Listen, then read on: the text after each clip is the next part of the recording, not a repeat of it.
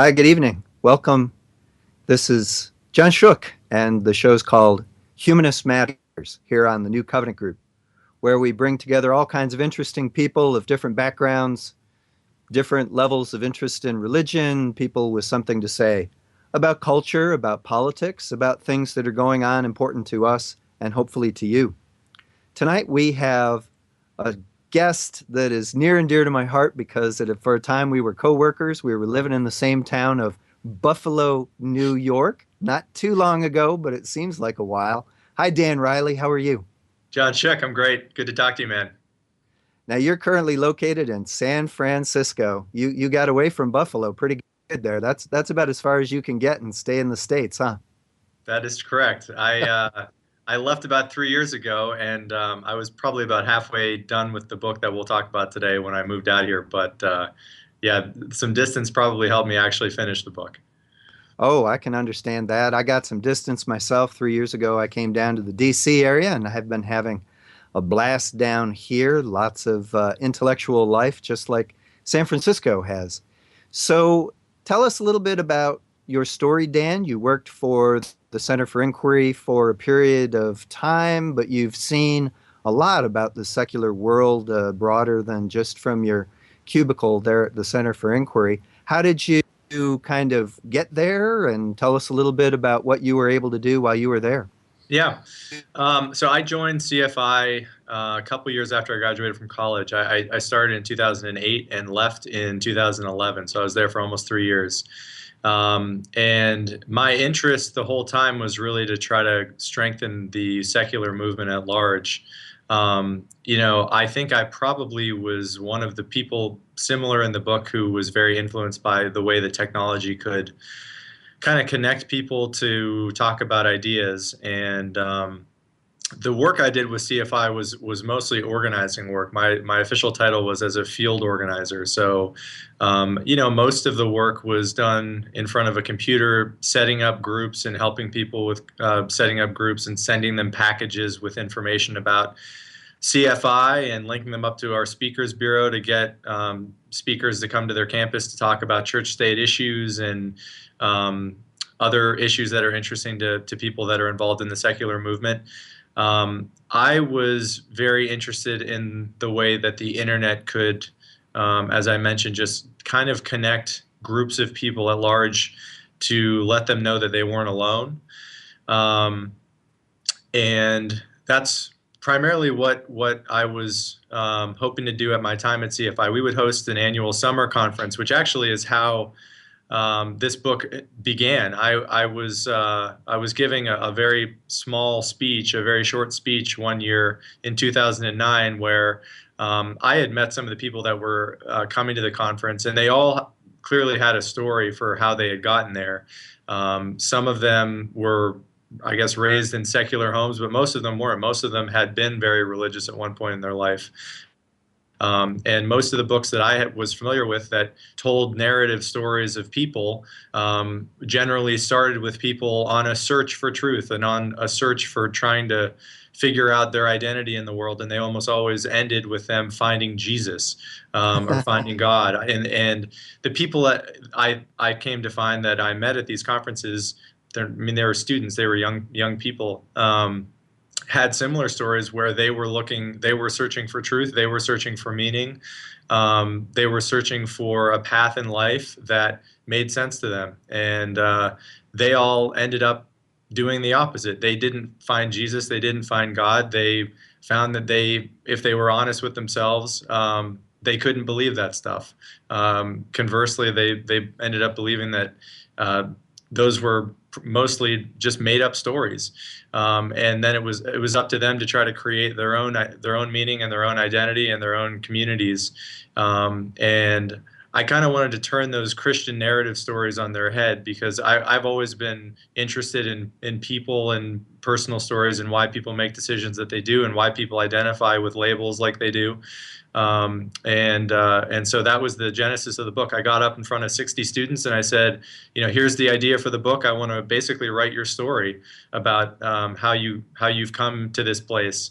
And 30 of the 60 put their name down, and probably 18 of them ended up actually in the book. There are 25 people in total who are in the book, and the vast majority of them were in the audience that day. So that's basically how it started. Wow, that's terrific. Let's show people the book, Generation Atheist, and they can get more information about it if they go to generationatheistbook.com. And of course, they can go to Amazon and type in Generation Atheist. So let's explore a little bit more your amazing ability to connect with and share experiences with young people. I know there's a lot of curiosity out there about young people and their attitudes about religion. If it's hard to generalize across so many people, but what would you say are some of the dominant things that you heard from? And we're talking people who are now roughly, what would you say, age roughly 19 to 25. Now they'd be about that age, most of them. Yeah, I would say most of them now are anywhere from, I think the oldest is probably 30 or 31 now, and the Oh, okay. youngest is probably 19.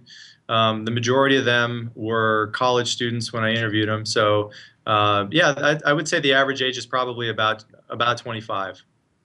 And are they saying to you, my peers are a lot less interested in religion?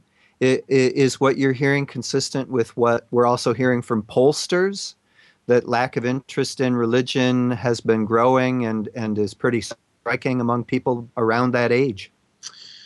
I would say yes. The people. What happened with a lot of these people is that they ended up seeking out communities of people that thought like they did. So I think that they would be probably more apt than normal people would be to think that it seems like people are leaving religion. But I mean, I do think we're in the process of having the tides turn a little bit in regards to the way people think about religion. I thought to your question, I mean, I thought a lot about what the general themes were among why is it that these people ended up becoming who they are, and while some people don't, what are the personality qualities that were recognizable?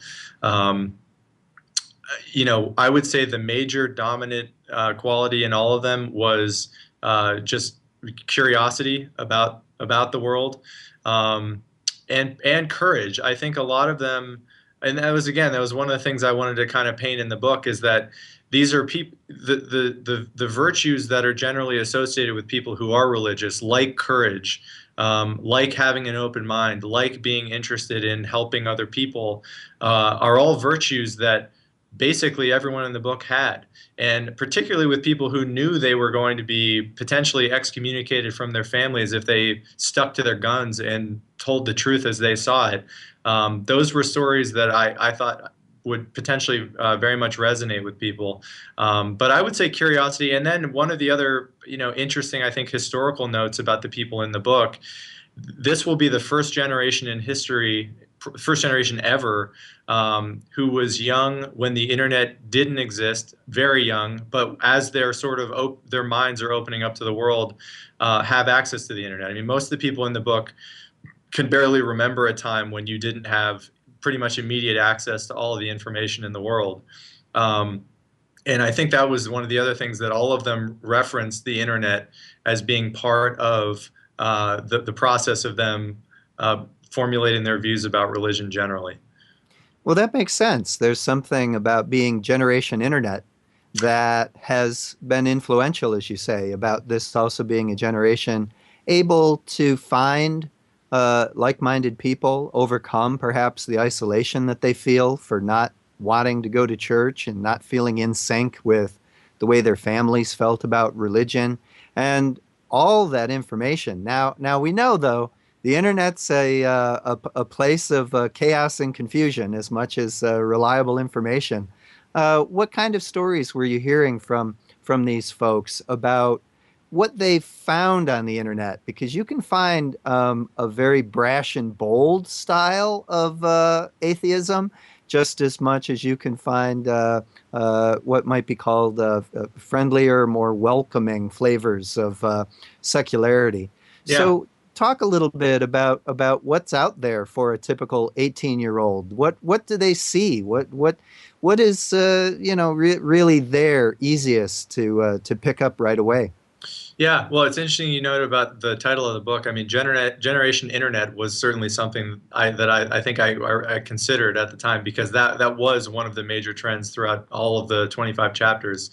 But I think when they initially started looking, one of the really fascinating parts about the book is that the people who were religious went to the internet and went to to documents that they would read online and in books to prove their faith, not to disprove their faith. They were interested in, and maybe this is another major difference among them and other people perhaps at large, is that they were searching for reason to believe even more strongly. And a lot of the religions, Mormonism, mainline Protestantism, I mean, the people that ended up leaving these religions were told, if you search for the truth, this is what you'll find. You'll find that Mormonism is the one true path.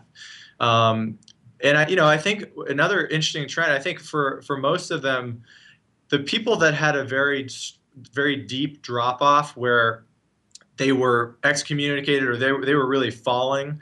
I think they were the ones who sought out the firebrand atheism, and that was a very appealing product for quite a long time. And I would say another one of the commonalities among the stories is that as they sort of leave their religion and progress and age a little bit, there was a general trend to move away from starting every conversation with every stranger you ever meet with, there's no God, right?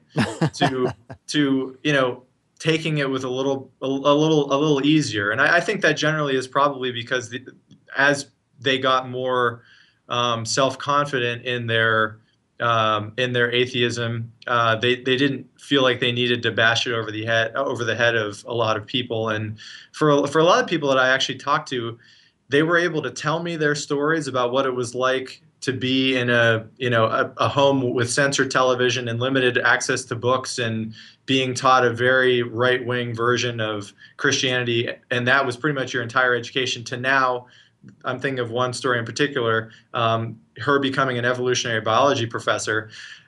I think for a lot of people it was hard to even remember what it was like to truly believe.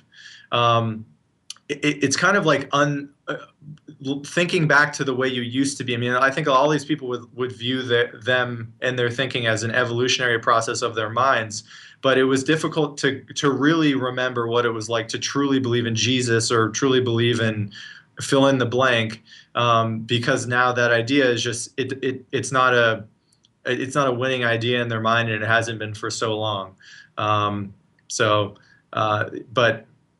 yeah, that's a fairly long-winded answer to your question, but that's No, we're here. We've got the time. We want to hear some details because people hear the label atheist, and then you combine it with generation atheist, and people might be wondering, well, no, wait a minute. Are we talking about a generation of very aggressive and angry people, hostile towards religion? But you're telling us a much more nuanced story. You're depicting, a kind of developmental story. You've heard narratives where people gradually change, some perhaps quicker than others, but they arrive at the destination where they no longer believe. But let me ask you another question about that label atheist.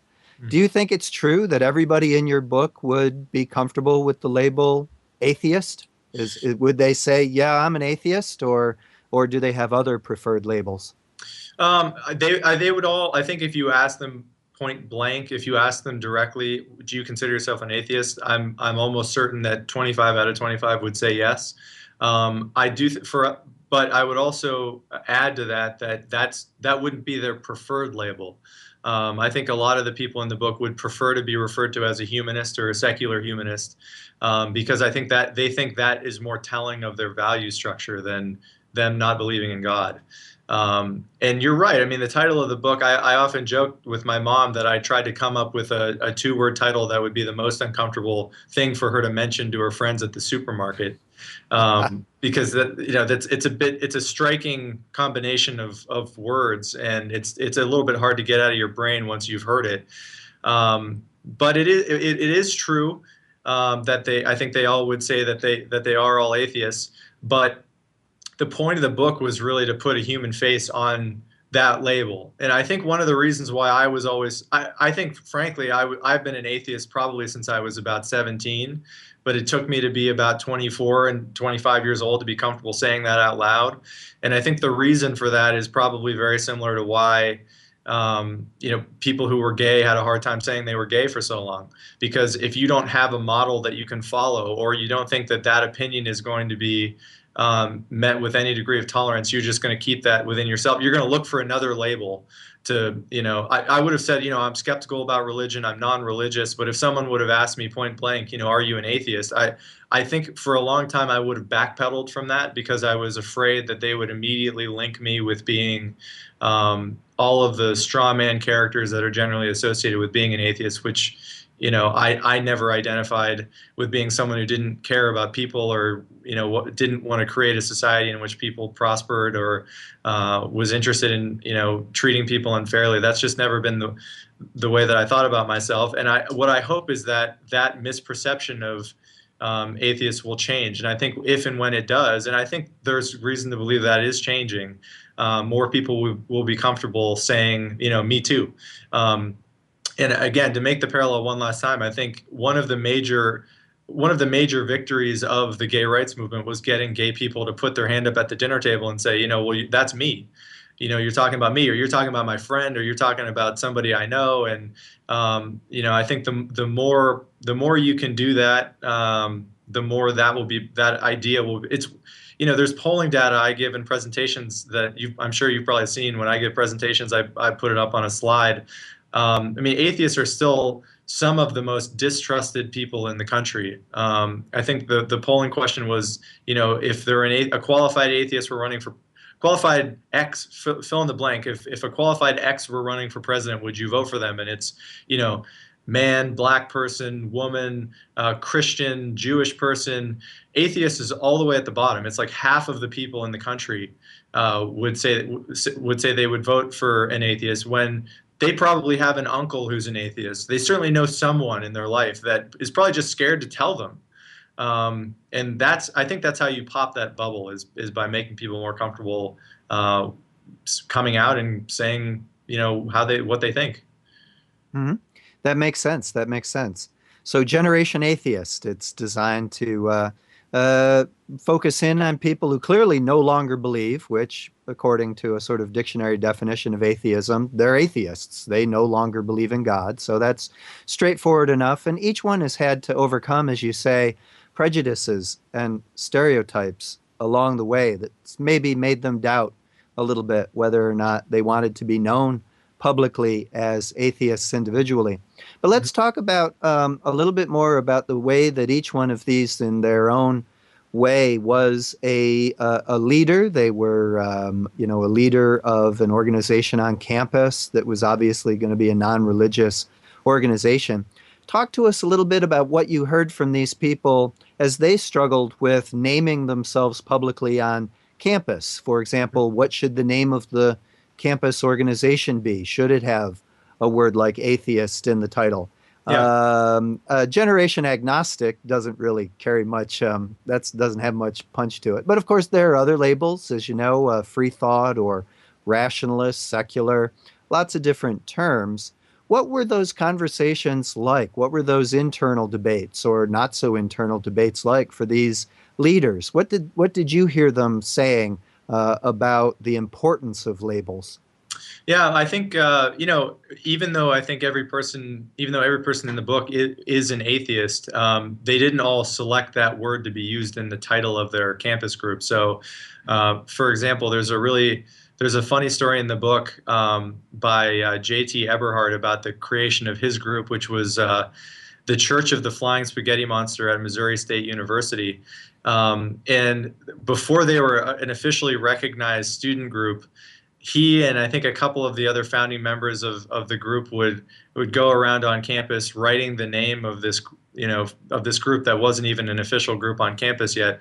And they would like draw the picture of the flying spaghetti monster. And at one point there was a campus security guard that came up to JT and one of his classmates and said, well, what is this? And they'd be like, oh, well, this is for our, we're drawing this for our campus group. And the police officer says, well, what campus group are you with? And they're like, well, the college Republicans. And so I think often the title of the name of the group often reflected the person who was the leader. And so for him, I think humor was a big part of how he wanted the group to be known on campus. So he went with the Church of the Flying Spaghetti Monster. There's another chapter with a girl named Lucy Gubbins who started a group at the University of Oregon, and I think she too was interested in changing the perception of atheists on campus. And so she named the group the Alliance of Happy Atheists, or AHA. And that, I think she found that to be very effective on campus, and I also think it reflected her intent. I think that's what she wanted to change on campus, was to let people know that you can be a sane and a happy person and an atheist at the same time. So that was what she wanted to title her group. So I think generally the titles were more a reflection of the people who were starting them and what they wanted to convey, and probably only about half of them actually even had the word atheist in there. Okay, all right.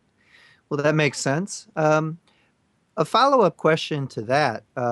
We know that on campus, it's possible for a student group to just kind of quietly do their own thing and do their own recruiting, and people who are already non-believers can find out about the group through posters or at some sort of gathering where all the student clubs can have a table and pamphlets and so forth. But talk about what you heard and what you saw of organizations that were trying to, step it up and do a little bit more than just that.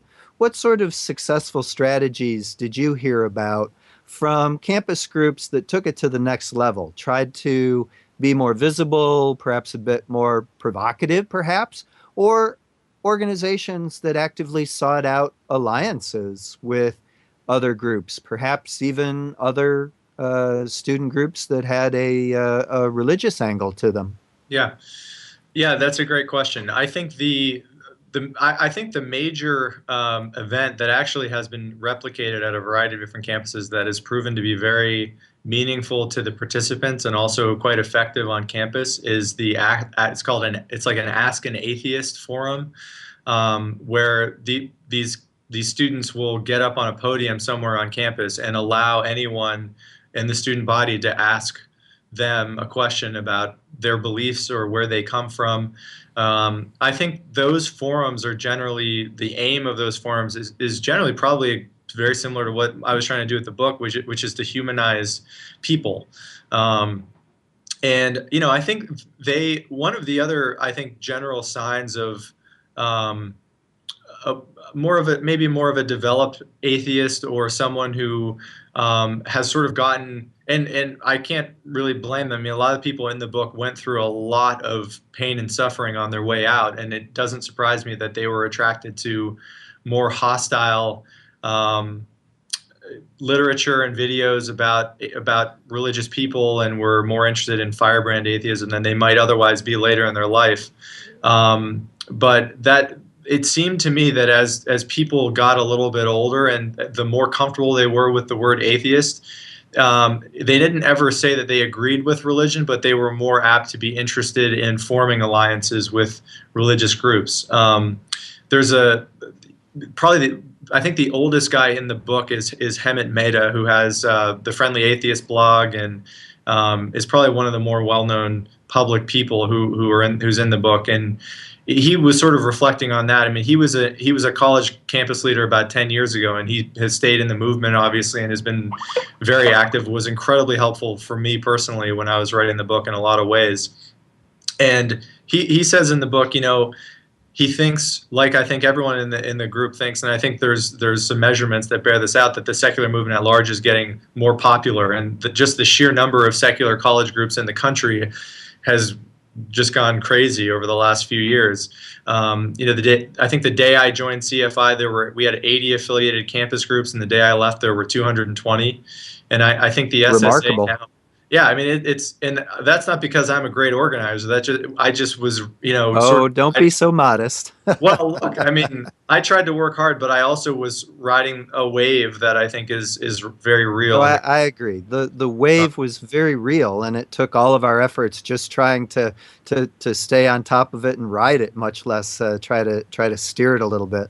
yeah, yeah, and what his reflection it was that if the goal of a campus group is to make everyone in the country or in the world not believe in God, that's a pretty tall order. That's a pretty hard thing to do. But if the goal is to, make sure the Constitution is followed by the law, and make sure that minorities and gay people and people of minority lifestyles and views have a voice and are not discriminated against. Those are things that oftentimes people who are religious also agree with.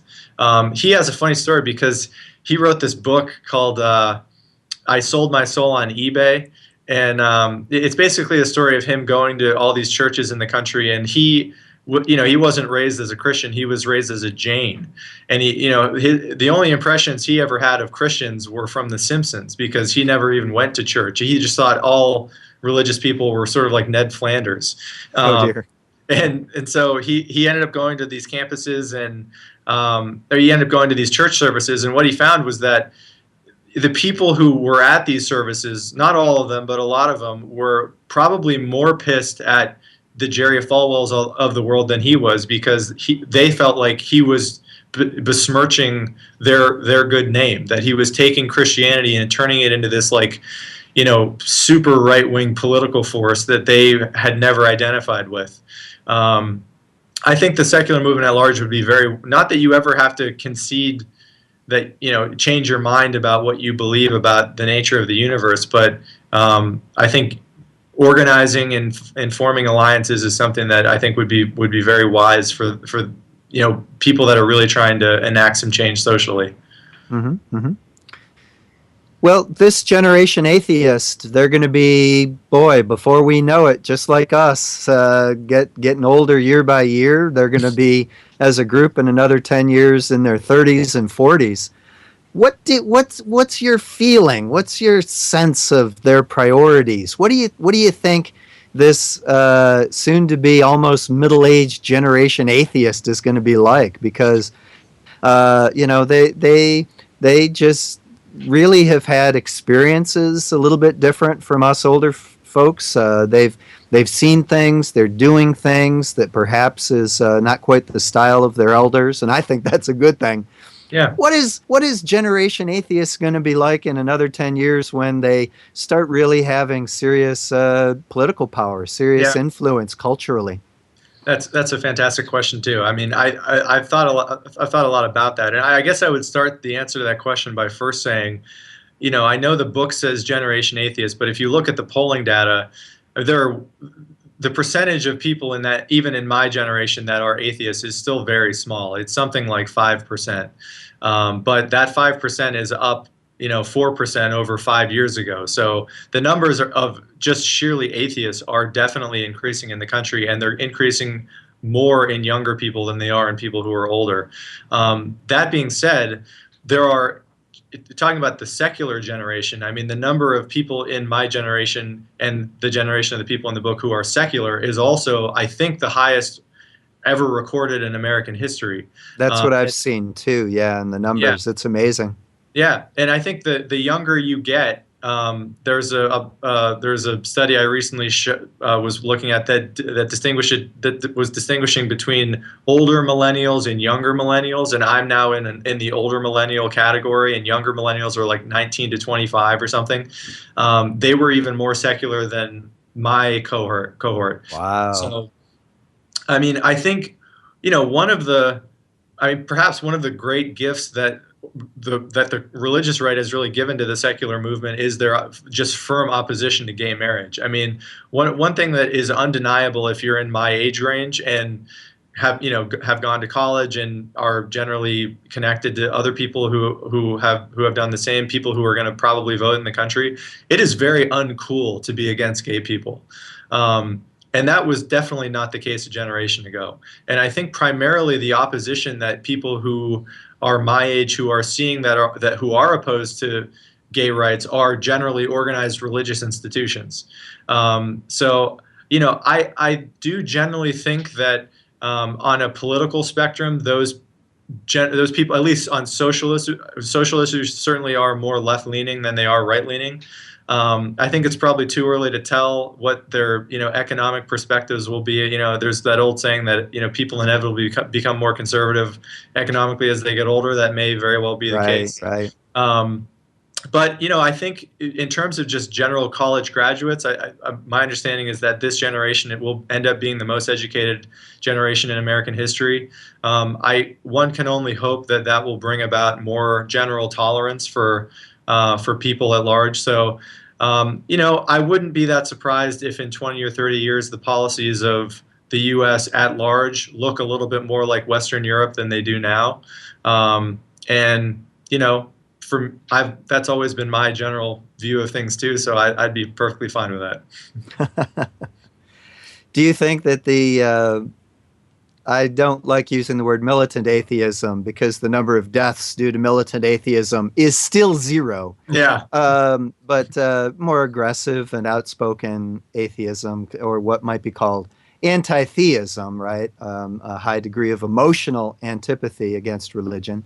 Do you think that's going to mellow somewhat, that the majority of people in this atheist generation aren't going to stay gravitated towards that kind of confrontational atheism? I mean, I suppose there'll always be a sliver, but do you see growth for that sort of aggressive atheism, or do you see it just always remaining a sort of newbie option and not really characteristic of this generation as it grows older? Yeah. I don't see it going away at large. I mean, I say this, it's very easy for me to be, to write this book and talk in generally relatively non-aggressive language. I live in the most liberal city in the country. I mean, I live in San Francisco.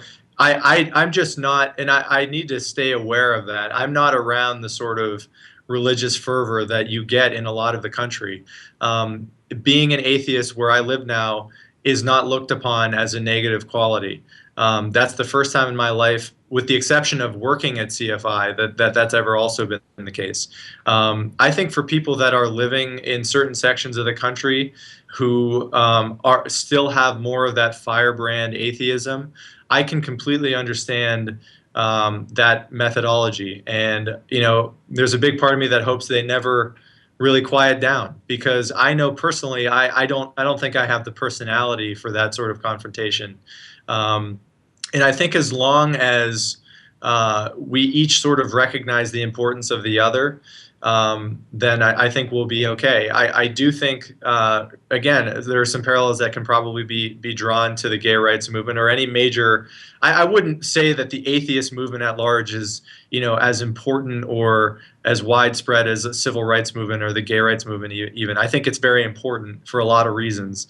But I know there were two, there have been two camps in many of the major movements. One that was very much more aggressive. I mean, I don't expect violent atheism to come out anytime soon, but more aggressive language versus more, trying to humanize atheism. I think we need each other. If I think someone has done something that's really, really over the line, I wouldn't, hesitate to say so.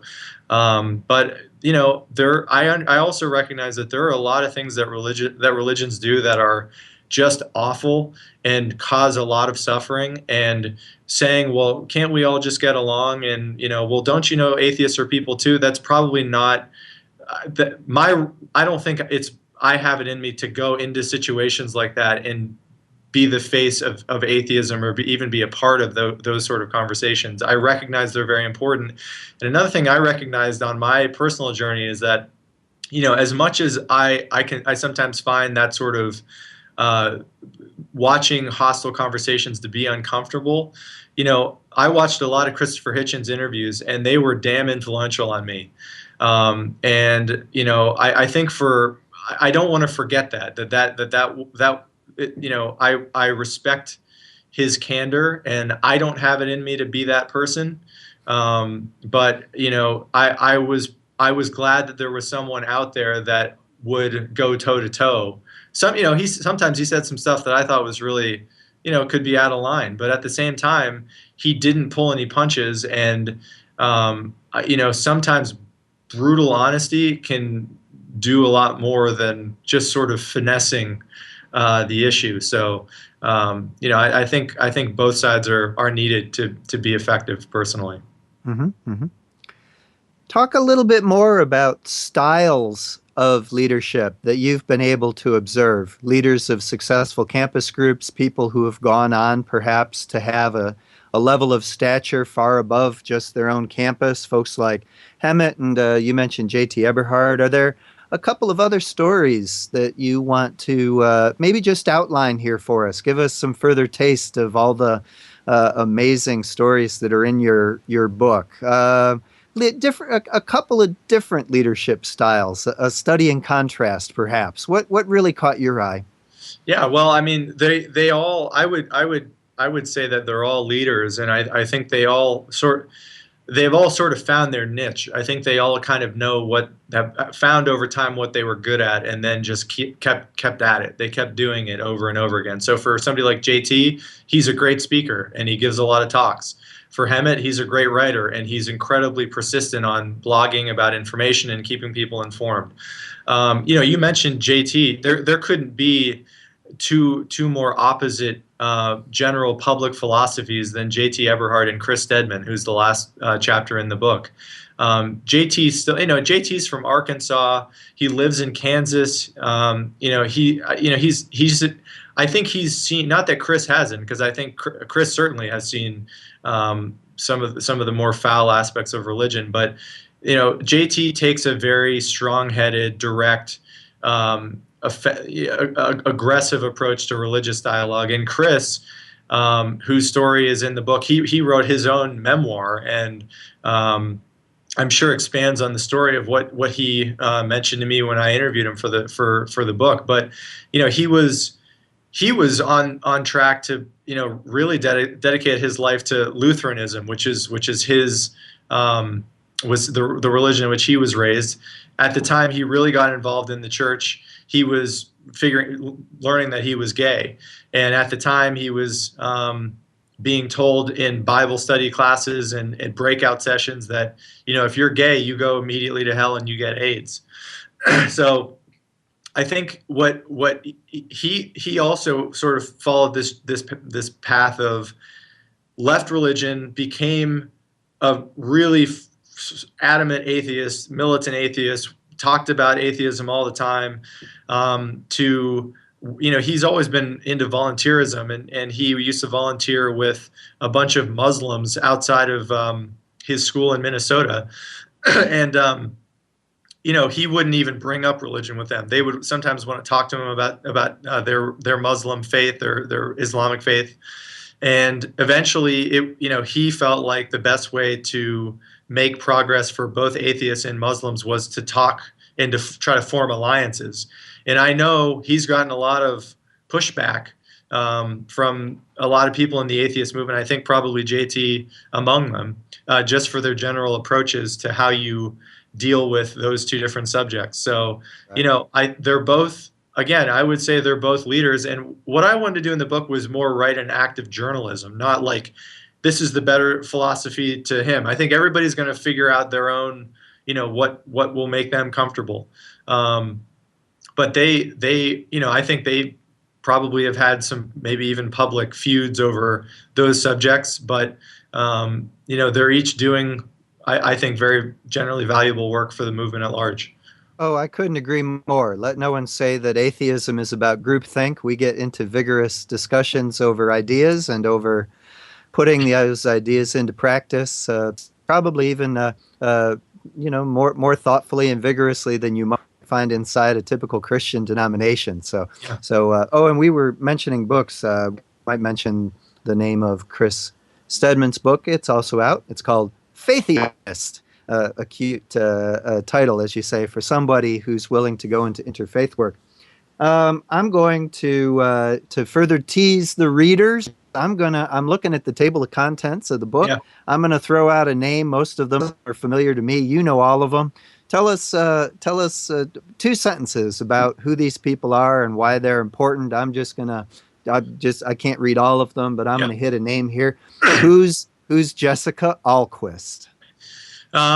Pretty well known in the atheist world, I think. She protested a banner that was from the Lord addressing the students, or I guess asking the student body to address the Lord. That was a violation of the Constitution, and filed a complaint with the ACLU against Cranston, her school and her high school in Cranston, Rhode That's Island. Rhode Island, yeah. Yeah, yeah, and she won the case and got an incredible amount of blowback from that community, much of which is documented in her chapter. But you want to see what the kind of evil that can be associated with groupthink, or with people that never have their ideas challenged. That was one of them. The title of her chapter is called "Courage in Cranston." I mean, this girl was 16 years old when this was going on. She's probably 5 feet tall, and is a very eloquent speaker, but it takes a toll on her, and she was pretty brave in what she did. Very brave. Outstanding story. The title of Jason Ball's chapter is "You're Not in Australia Anymore." What does that mean? Well, he grew up in Australia, which is one of the more secular countries in the world, and did a study abroad in high school in Kansas.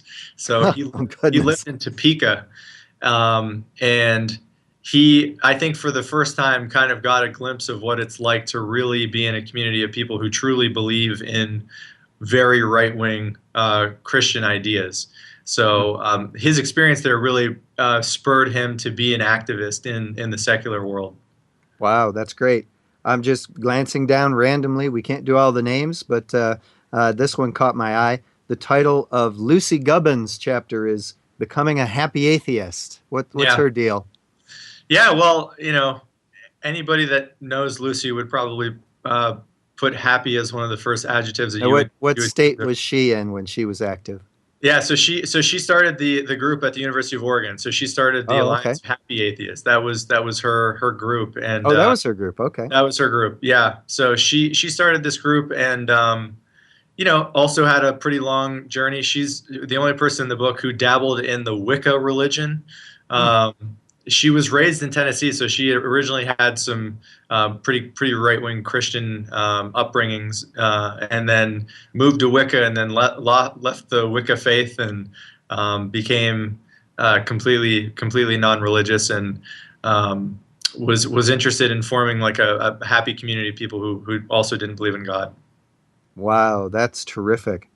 Looking down here, this chapter struck my eye. The title is called "An Atheist Ex-Muslim in America" by Moiz Malik Khan. Mm-hmm. Wow, what a story that must have been. Yeah, he is, unlike some of the people in the book, chose not to use a pseudonym. And he was in New York City on 9/11. Got the full, his parents are Pakistani Muslims and are immigrants, and he got the full, education in Islam.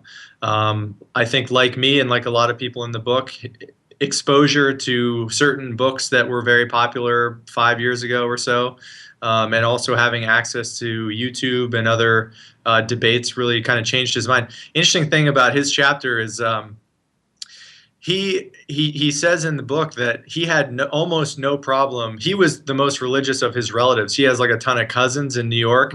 And he was the most religious one of them. He was the most interested in Islam when they were growing up. And so when he changed his mind, he went back and told them all this stuff that he had learned. And they were pretty much like, "Oh, yeah, you're right. Yeah, that doesn't make sense at all." They basically completely changed their mind, but had a very hard time generationally being open with their parents. And even he mentions in the book when he goes back to Pakistan, you know, he shuts up. He doesn't talk Sure. about his feelings. But yeah, that was an interesting interview. Another chapter titled "The Evolution of Atheism" by Jennifer McCrate. What Yeah. state and what is she about? Yeah, so she's from Indiana, and she was one of the, I think, two people in the book that was actually raised in a somewhat secular household. Um, she went through there's a story she tells in the book about how when she was in like sixth grade, before she was really old enough to really understand social cues and knowing what was comfortable to talk about and what wasn't comfortable to talk about in general conversation, was asked if she believed in God. And this was like in a public forum in school, and she, like, without batting an eye, was like, no, why would I? And then as time went on, and she, knew that in Indiana, the vast majority of people are very religious, started kind of concealing her what she believed. She never said she was religious or believed in God, but really kind of hedged her bets and was being somewhat deceptive when people would ask her, just because it was very uncomfortable for her. But over time, just totally changed her perspective on that, and became much more comfortable. And her dad, it's interesting because her dad, the same thing happened with her father. She didn't know this, I don't think, but her dad had been an atheist her whole life. And it was only until she sort of stood up and said, I really don't believe any of this, that he was also like, I don't either Wow, believe any of this stuff. remarkable, remarkable. Another chapter catches my eye here. An atheist in Iowa, Steph McGraw, Yeah. Iowa. Wow. Yeah, yeah, similar thing. All of her classmates were religious. She was raised in a Unitarian home, so the Unitarian Church is probably as close to organized atheism as you're going to find in the country, at least on a large scale. I don't think her parents were. Her parents certainly weren't religious. I don't know if they would have said that they were atheists, but even for her being raised in that liberal, open environment, I think it was still very hard for her to speak openly about the way she felt. All of her friends were going to. It's a common story. I mean, all of her friends were going to youth group in high school, and where she lived, it seemed like everybody, their social lives were largely based on the church, and she just was very left out. She went to the University of Northern Iowa and joined a secular group there. It's one of, I think, the best secular groups in the country. And that, I think, really continued to help her grow. And I think I think she's a senior now, or she may have just graduated, but she had a very good experience in college. Oh, that's tremendous. That's tremendous. Here's a title that caught my eye as a philosopher. I love a good paradox. This chapter is titled "Losing Religion and Anti-Religion." The author's Lydia Murphy. What was on her mind? Yeah, so Lydia is a pseudonym, and Lydia was raised. She was also raised in Indiana, and she grew up in a really bad part of town, and the public schools were literally too violent for her family to allow her to go there. They were really worried for her safety, so the only other option was this very, very right-wing Baptist school that she went to for most of her young life, and they were, funneling people to the right-wing Christian colleges after they graduated from high school. And I think it was in high school when she finally transferred to a public school, and was just very naive and very unfamiliar with alternative versions of the way people could think about the world. She lost her faith, and when she did, was very bullish about it, and very opinionated about it. There's a really kind of intense part of her story where she had dated a guy in high school, and one of her friends, they dated in high school, they broke up, but they stayed as friends. And then one of her friends that she knew had started dating him when she was in college.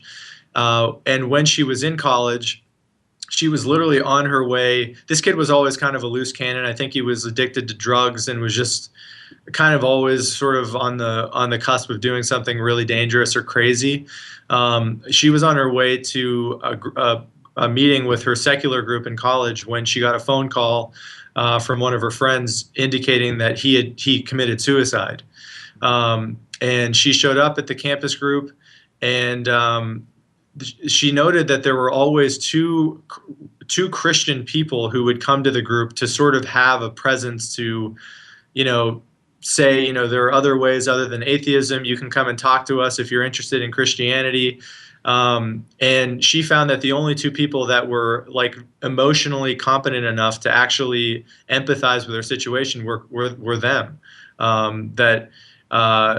think that experience really kind of tempered her overall consistent hostility towards religion. I think it kind of humanized them in a way that she hadn't really experienced before. So she kind of lost a lot of that fervor. Not that she's changed her mind about what she thinks about God, but I think she just kind of lost the drive to really bash religion nonstop. Fascinating. An example of a personal journey, a personal narrative. You've got 25 unique stories. The book, again, is Generation Atheist. And we've been talking with the author and chronicler, Dan Riley, coming to us from San Francisco. And we hope you've got some more projects in the works, hopefully, for the secular world. But we'll have you back sometime to talk about that. This has been John Shook with the show Humanist Matters. And as we wrap things up, I want to thank everybody for joining us here at the New Covenant Group. And we're about to be joined by the next show, Chris Mowdy. And I hope you can stay tuned for that. Thanks again, Dan, for joining us. Thank you, John. Thanks for having me. All right. And good night, everybody.